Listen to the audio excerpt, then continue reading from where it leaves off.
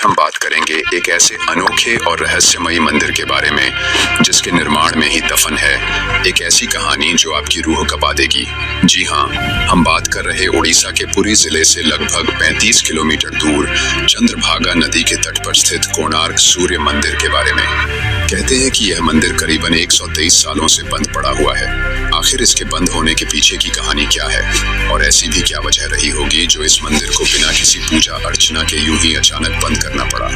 कोणार्क मंदिर अपने अंदर कई रहस्यों को समेटे हुए है, लेकिन सबसे ज्यादा चौंकाने वाली बात है इस मंदिर में स्थापित भगवान सूर्यदेव की मूर्ति के बारे में।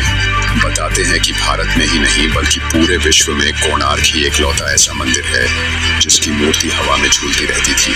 अब आप में से कुछ लोग इसे चमत्कार से जोड़ रहे होंगे, जबकि इस मूर्ति की कहानी विज्ञान की ओर इशारा करती है। कोणार्क मंदिर की मूर्ति हवा में इसलिए तैरती थी क्योंकि इस मंदिर के शिखर पर करीबन 50 टन का चुंबक लगा हुआ था।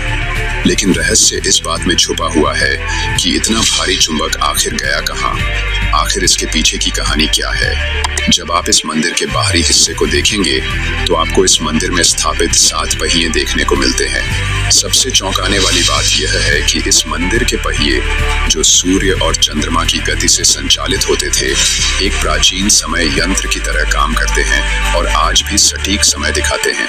हैरान करने वाली बात तो यह है कि प्राचीन समय में जब इतनी ज्यादा टेक्नोलॉजी भी नहीं थी, आखिर ऐसा अद्भुत निर्माण किया किसने। कोणार्क मंदिर को हमेशा से एक ऐसी कहानी के साथ जोड़ा जाता है जो वाकई एक त्याग की अनोखी गाथा को जन्म देती है। कहते हैं कि एक 12 वर्ष के लड़के ने इस मंदिर के निर्माण में एक ऐसी अहम भूमिका निभाई थी जिसके कारण इस मंदिर को एक नई पहचान मिली। जी हाँ, हम बात कर रहे हैं धर्मपद की। लेकिन सवाल यह उठता है कि 12 वर्ष के धर्मपद ने इस मंदिर के शिखर से कूदकर अपने प्राणों की आहुति क्यों दी। इसके पीछे की कहानी आखिर है क्या? इन सभी सवालों के जवाब हम आपको देंगे आज की इस खास डॉक्यूमेंट्री वीडियो में। यह सिर्फ एक मंदिर की कहानी नहीं है, बल्कि प्राचीन भारत के विज्ञान और कला का ऐसा अद्भुत प्रमाण है जो आपको चौंका देगा। क्या आप तैयार हैं कोणार्क मंदिर के इस अनोखे सफर पर चलने के लिए? तो चलिए शुरू करते हैं आज की इस रहस्यमयी और दिलचस्प डॉक्यूमेंट्री को।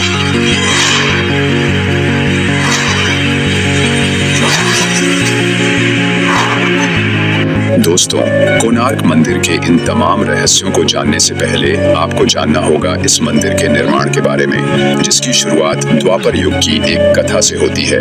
इस कथा में भगवान श्री कृष्ण और उनके पुत्र सांब की महत्वपूर्ण भूमिका है। सांब भगवान श्री कृष्ण और जाम्बवंती के पुत्र थे। वह अपनी अद्भुत सुंदरता और आकर्षक व्यक्तित्व के लिए प्रसिद्ध थे, लेकिन यही उनकी सबसे बड़ी कमजोरी भी बन गई। सांब का अहंकार बढ़ने लगा और उन्होंने स्वयं को सबसे श्रेष्ठ मानना शुरू कर दिया। नारद मुनि, जो अक्सर देवताओं और मनुष्यों के बीच संदेशवाहक बनते थे, उन्होंने सांब को उकसाया। नारद ने सांब से कहा, तुम्हारी सुंदरता तो अद्वितीय है, क्या तुम अपना अद्भुत सौंदर्य गोपियों के बीच जाकर नहीं दिखाना चाहते?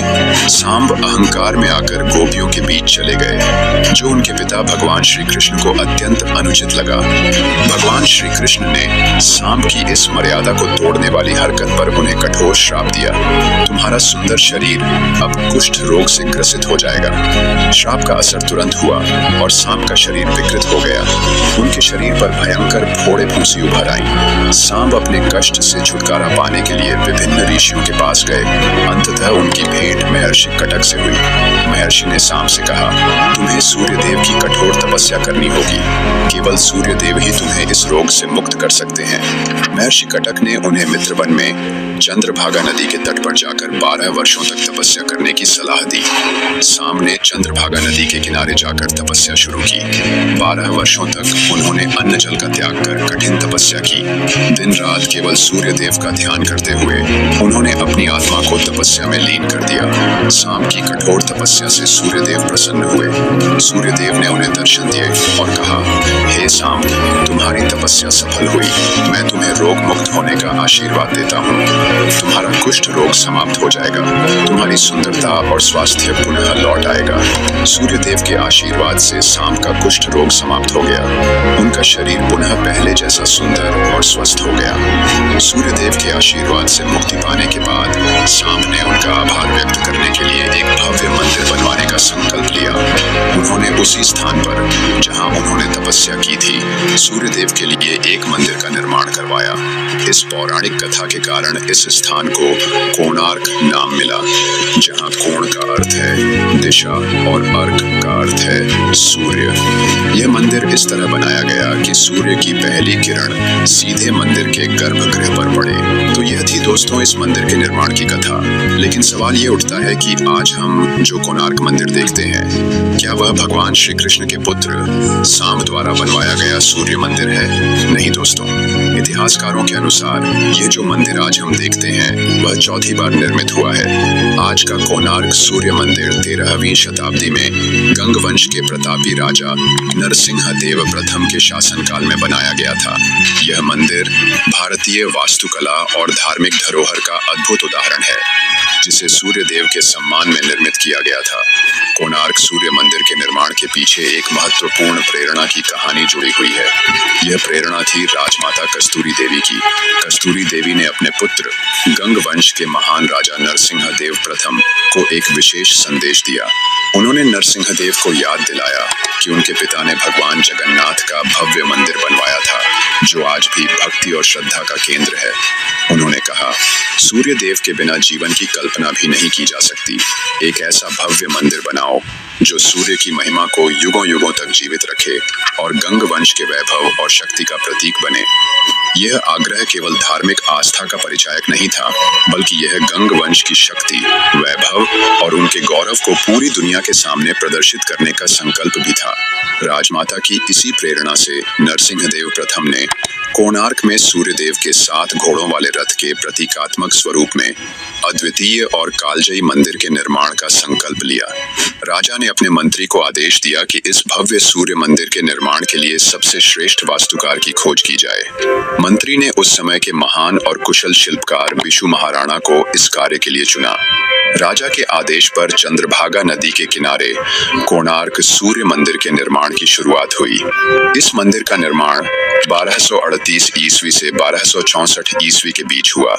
मंदिर को तैयार करने में 12 वर्ष लगे और इस दौरान लगभग 1200 कुशल कारीगरों ने दिन रात अपनी मेहनत और लगन से इस अद्भुत संरचना को आकार दिया। बिशु महाराणा की कुशलता और निपुणता उस युग की प्राचीन इंजीनियरिंग का जीवंत प्रमाण है। उन्होंने अपनी टीम के साथ मिलकर मंदिर को बलुआ पत्थरों से तैयार किया। विशेष बात यह है कि इन पत्थरों को जोड़ने के लिए लॉक प्लेट्स यानी आयरन क्लैंप्स का इस्तेमाल किया गया, जिसे आज हम आधुनिक आयरन लॉक सिस्टम कह सकते हैं। यह तकनीक उस समय के उन्नत इंजीनियरिंग ज्ञान को दर्शाती है और यह साबित करती है कि हमारे पूर्वज तकनीकी रूप से कितने सक्षम और उन्नत थे। मंदिर निर्माण के अंतिम चरण में जब शिखर पर कलश स्थापित करने की बारी आई, तो कारीगरों के कई प्रयास असफल रहे। यह देख राजा नरसिंह देव क्रोधित हो गए और उन्होंने आदेश दिया कि यदि सूर्योदय से पहले शिखर पर कलश स्थापित नहीं हुआ तो सभी कारीगरों को मृत्यु दंड दिया जाएगा। यह सुनते ही निर्माण स्थल पर भय और निराशा का माहौल छा गया। मुख्य शिल्पकार बिशु महाराणा के कंधों पर भारी संकट था। उसी समय उनका 12 वर्षीय पुत्र धर्मपद वहां पहुंच गया। धर्मपद, जिसने जन्म के बाद से अपने पिता को कभी नहीं देखा था, मां की अनुमति लेकर यहाँ आया था। जब उसने देखा कि सभी कारीगर संकट में हैं और उसके पिता चिंता में डूबे हैं, तो उसने पूछा, पिताजी, मैं इस समस्या का हल कर सकता हूँ, क्या आप मुझे अनुमति देंगे? बालक धर्मपद धीरे धीरे मंदिर के शिखर पर चढ़ा। अपनी कुशलता और गणना से उसने कलश को पूरी निपुणता के साथ स्थापित कर दिया। वह कार्य जिसे अनुभवी शिल्पकार 12 वर्षों में नहीं कर पाए, धर्मपद ने कुछ घंटों में कर दिखाया। लेकिन यह सफलता धर्मपद के लिए चिंता का विषय बन गई। उसे लगा कि जब राजा को यह पता चलेगा कि यह काम एक 12 वर्षीय बालक ने किया है, तो बाकी कारीगरों को अयोग्य समझकर उन्हें दंडित किया जाएगा। अपने पिता और कारीगरों की जान बचाने के लिए धर्मपद ने मंदिर के शिखर से चंद्रभागा नदी में छलांग लगा दी और अपने प्राणों की आहुति दे दी। सुबह जब राजा ने मंदिर के शिखर पर कलश को स्थापित देखा और हवा में झूलती सूर्यदेव की मूर्ति को देखा, तो वह अत्यंत प्रसन्न हुए। हुए। उन्होंने मंदिर की प्राण प्रतिष्ठा के लिए माघ शुक्ल सप्तमी का दिन तय किया, लेकिन जैसे ही मंदिर की प्राण प्रतिष्ठा संपन्न हुई, कुछ रहस्यमयी घटनाएं होने लगीं। सबसे पहले मंदिर के शिखर की एक विशाल मूर्ति नीचे गिर गई। फिर मंदिर के पत्थर खुद ब खुद हिलने लगे। जब नरसिंह देव को ज्ञात हुआ कि इस मंदिर के निर्माण का अंतिम दिन एक 12 वर्षीय बालक के बलिदान से जुड़ा था, तो उन्होंने इसे अशुभ मानते हुए मंदिर में पूजा अर्चना को रोक दिया। वर्षों तक यह भव्य मंदिर वीरान पड़ा रहा और धीरे धीरे इसके आसपास घने जंगल उग आए।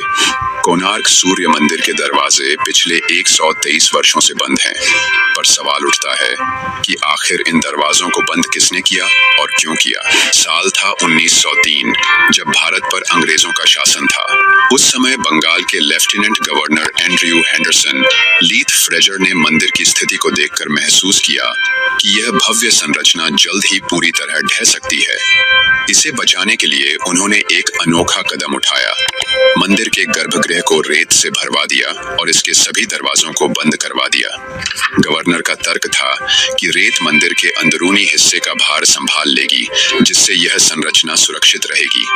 उस समय यह कदम सही समझा गया, क्योंकि तकनीकी साधन बहुत सीमित थे। हालांकि यह फैसला कितना सही था, यह आज भी एक बहस का विषय है, लेकिन इतिहास में तो अंग्रेजों के लिए तारीफ ही लिखी गई। अब सवाल ये उठता है कि देश की आजादी के बाद भी क्या किसी ने इस मंदिर के दरवाजों को खोलने की कोशिश नहीं की? इतने सालों में आधुनिक तकनीक के होते हुए भी क्यों कोई इस गर्भगृह में प्रवेश नहीं कर सका? लेकिन साल 2022 में आखिरकार आर्कियोलॉजिकल सर्वे ऑफ इंडिया द्वारा एक योजना बनाई गई। इस प्राचीन मंदिर के नवीनीकरण और इसके अंदर से रेत हटाने का काम शुरू किया गया। उम्मीद है कि जल्द ही भारत सरकार इस रेत को पूरी तरह निकालने और मंदिर के दरवाजों को हमेशा के लिए खोलने का काम पूरा करेगी। लेकिन फिलहाल जब आप इस मंदिर के दर्शन करने जाते हैं, तो आप केवल इसके बाहरी भाग की अद्भुत वास्तुकला और खूबसूरती को देख सकते हैं। गर्भगृह अभी भी आम जनता के लिए बंद है। कोणार्क सूर्य मंदिर अपनी भव्य वास्तुकला और उन्नत तकनीकों के लिए प्रसिद्ध है। इसका 52 टन का विशाल चुंबक पूरी संरचना को संतुलित रखता था और गर्भगृह में अष्टधातु की सूर्य देव की मूर्ति हवा में तैरती प्रतीत होती थी। मंदिर के विशाल पहिए सूर्य घड़ी के रूप में कार्य करते हैं और सटीक समय बताते हैं। निर्माण सूर्य की गति के अनुरूप किया गया था, जिससे पहली किरण गर्भगृह में स्थित प्रतिमा पर पड़ती थी। बलुआ पत्थर और ग्रेनाइट से निर्मित यह मंदिर प्राकृतिक आपदाओं के विरुद्ध मजबूत था। मंदिर के शिखर पर लगे शक्तिशाली चुंबक और लोहे की प्लेटों ने इसे स्थिर बनाए रखा। ऐसा कहा जाता है कि यह चुंबक समुद्री जहाजों के कंपास को प्रभावित करता था, जिससे पुर्तगाली नाविकों ने इसे ब्लैक पगोड़ा नाम दिया। माना जाता है कि उन्होंने इस चुंबक को हटा लिया, जिससे मंदिर की संरचना असंतुलित हो गई। 1578 में बंगाल सल्तनत के जनरल काला पहाड़ ने इस मंदिर पर हमला किया, जिससे यह क्षतिग्रस्त हो गया। काला पहाड़, जो मूल रूप से वैष्णव ब्राह्मण कालाचंद राय थे, इस्लाम अपनाने के बाद मंदिरों को ध्वस्त करने के लिए कुख्यात हुए। मदाला पंजी ग्रंथ के अनुसार जब काला पहाड़ मंदिर में गया, तो उसने सूर्य देव की मूर्ति को हवा में तैरते देखा और फिर अपनी सेना के साथ हमला कर दिया। उसने मंदिर के शीर्ष पर लगे 52 टन के चुंबक को हटाया, जिससे यह भव्य संरचना ढह गई। 1568 में ओडिशा मुस्लिम शासन के अधीन आ गया और हिंदू मंदिरों को तोड़ने के प्रयास किए गए। पुजारियों ने सूर्य देव की मूर्ति छिपा दी, जिसे बाद में पुरी के इंद्र मंदिर में स्थापित किया गया। कुछ का मानना है कि यह मूर्ति अब दिल्ली के राष्ट्रीय संग्रहालय में है। चीनी विद्वान त्सांग ने 7वीं सदी में कोणार्क को विभिन्न धर्मों का संगम बताया, जबकि ग्रीक भूगोलवेत्ता टॉलेमी ने इसे कन्नाग नामक प्रमुख बंदरगाह के रूप में वर्णित किया। भारतीय ग्रंथों में इसे कायना पारा कहा गया है। 184 के केंड ताम्रपत्र शिलालेख बताते हैं कि मंदिर पूर्ण हुआ था और एक प्रमुख पूजा स्थल था। अकबर के दरबारी इतिहासकार अबुल फजल ने 1580 में कोणार्क का उल्लेख किया, लेकिन मंदिर की खस्ताहाल स्थिति का जिक्र नहीं किया, जिससे स्पष्ट होता है कि उस समय यह ठीक अवस्था में था। थॉमस डोनाल्डसन के शोध के अनुसार 16वीं शताब्दी के अंत और 17वीं शताब्दी की शुरुआत में मंदिर को मुख्य क्षति हुई। 18वीं शताब्दी में अरुणा स्तंभ को हटाकर पुरी के जगन्नाथ मंदिर में स्थापित किया गया, जो कोणार्क और पुरी के ऐतिहासिक संबंध का प्रतीक है। पुराने मंदिर केवल आस्था के लिए नहीं बल्कि ज्ञान के केंद्र के रूप में बनाए गए थे। कोणार्क एक इंसाइक्लोपीडिया, म्यूजियम या विश्वविद्यालय के समान था, जहां हर धर्म के लोग सीखने आते थे। इसे केवल हिंदू मंदिर कहना उचित नहीं होगा। तो दोस्तों, ये थी कोणार्क सूर्य मंदिर की कहानी। यदि यह डॉक्यूमेंट्री आपको पसंद आई हो तो इसे लाइक और शेयर करना न भूलें। हम मिलेंगे जल्द ही एक और नई रहस्यमयी और दिलचस्प डॉक्यूमेंट्री के साथ। धन्यवाद।